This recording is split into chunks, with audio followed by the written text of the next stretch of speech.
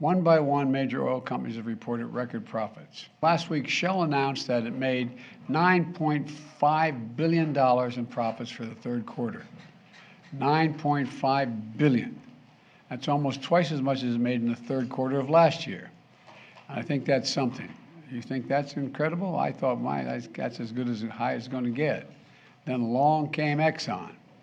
Exxon's profits for the third quarter were $18.7 billion. One quarter, $18.7 billion. Nearly triple what Exxon made last year. And the most in its 152-year history. It's never made that much profit.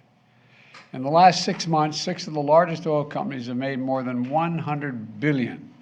$100 billion. And we had a little discussion about this, the three of us and others. $100 billion in profits in less than 200 days. That's not bad. And here's why this matters. I think it's outrageous what the size of the profit. Oil companies' record profits today are not because they're doing something new or innovative. Their profits are a windfall of war. The windfall from the brutal conflict that's ravaging Ukraine and hurting tens of millions of people around the globe. You know, at a time of war, any company receiving historic windfall profits like this has a responsibility to act beyond their narrow self-interest of its executives and shareholders. I think they have a responsibility to act in the interest of their consumers, their community, and their country. To invest in America by increasing production and refining capacity, because they don't want to do that. They have the opportunity to do that. Lowering prices for consumers at the pump.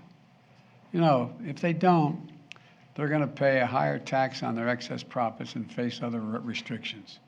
My team will work with Congress to look at these options that are available to us and others. It's time for these companies to stop war profiteering, meet their responsibilities to this country, and give the American people a break and still do very well. The American people are going to judge who's standing with them and who is only looking out for their own bottom line.